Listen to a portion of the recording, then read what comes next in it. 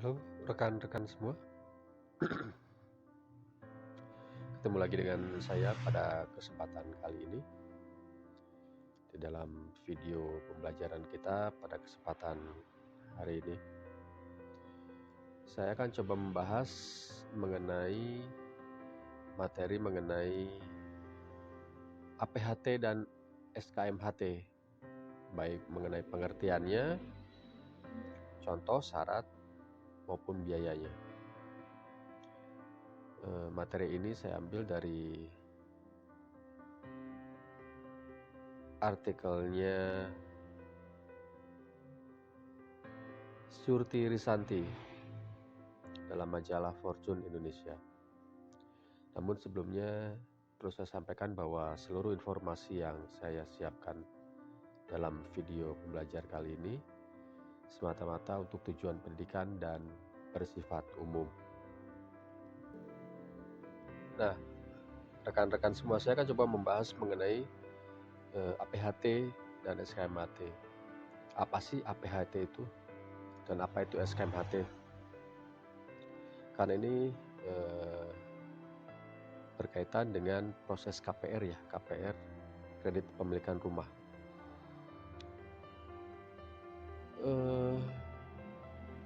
KPR ini kan merupakan salah satu kemudahan untuk dalam hal membeli hunian ya saat ini. Nah, ketika kita membeli proses properti atau rumah secara KPR, itu pasti akan terdapat sejumlah dokumen pengurusan jual beli yang akan diurus. Ya, salah satunya itu APHT dan SKMHT. Proses APHT dan SKMHT ini dilakukan setelah KPR kita itu telah disetujui oleh pihak bank. Nah, kita akan coba bahas ya pengertian mengenai APHT ini apa dan SKMHT itu apa. APHT atau yang dikenal dengan Akta Pemberian Hak Tanggungan. Ini adalah hak tanggungan yang diberikan oleh bank kepada debitur sebagai jaminan untuk melunasi hutangnya sesuai dengan kesepakatan yang telah dibuat. Dengan adanya APHT, maka kredit KPR dianggap telah disetujui. Nah, dalam perkara APHT tersebut berarti tanah dan kesatuan benda lainnya yang berada di atas tanah tersebut merupakan objek hak tanggungan.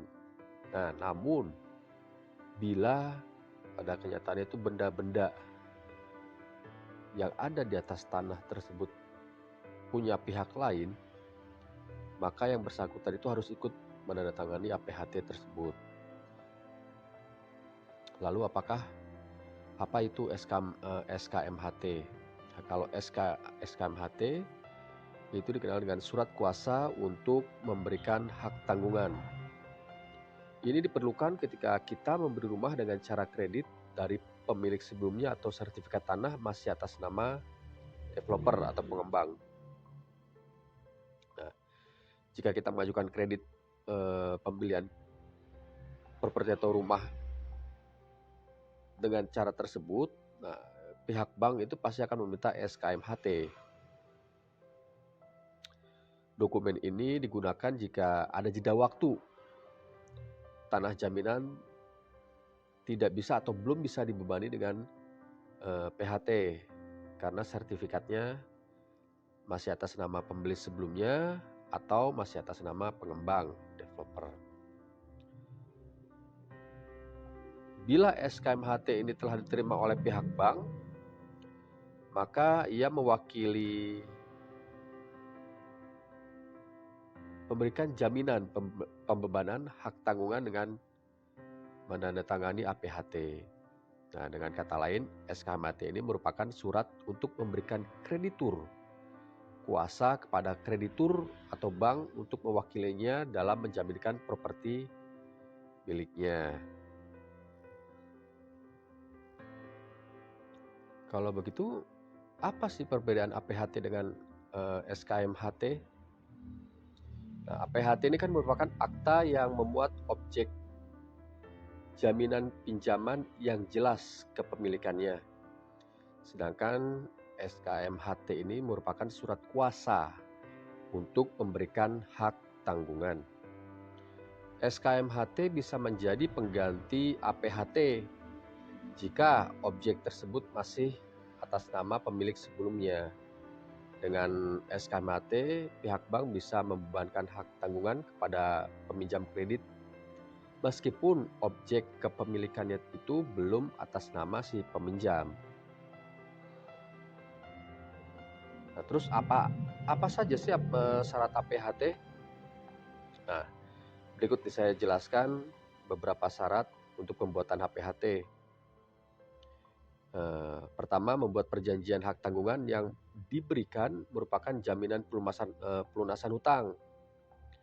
Kedua, data dan identitas dari dua belah pihak, pemilik dan pemberi hak tanggungan, tertera secara jelas, mulai dari alamat kedua pihaknya, rincian pinjaman, objek, dan nilai tanggungannya. Ketiga, melakukan pendaftaran di kantor pertanahan tingkat kabupaten atau kota. Keempat, di dalam akta termuat kata eksekutorial demi keadilan berdasarkan ketuhanan yang Maha Esa. Dan terakhir, jika utang tidak dilunasi, maka objek yang ditanggungkan menjadi milik kreditur atau pihak bank. Jadi rekan-rekan semua, itulah tadi pembahasan materi kita mengenai pengertian APHT dan SKMHT dan detail lainnya. Semoga pembahasan materi ini bisa membantu kita dan rekan-rekan semua dalam proses pengajuan kredit secara KPR. Kita akan coba membahas materi berikut pada kesempatan yang akan datang. Terima kasih.